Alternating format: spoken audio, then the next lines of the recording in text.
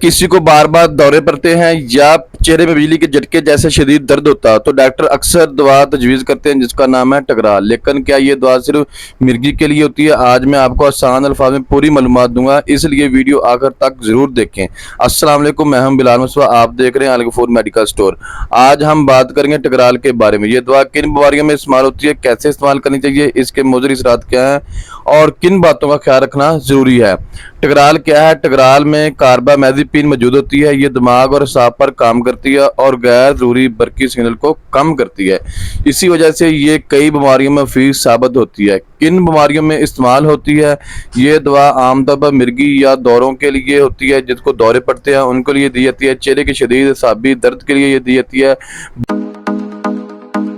बाद मरीजों में बाईपोलर डिसऑर्डर के इलाज के लिए इस्तेमाल की जाती है। कैसे इस्तेमाल करें? इस दवा को हमेशा डॉक्टर की हिदायत के मुताबिक इस्तेमाल करें। खुराक खुद से कम या ज़्यादा ना करें। अगर रोजाना एक ही वक्त पर ली जाए तो बेहतर रहता है। आम साइड इफेक्ट: शुरू में कुछ लोगों को गनुदगी, चक्कर आना, मतली, मुंह खुश्क होना, नज़र धुंधली होना जैसे मसाइल हो सकते हैं।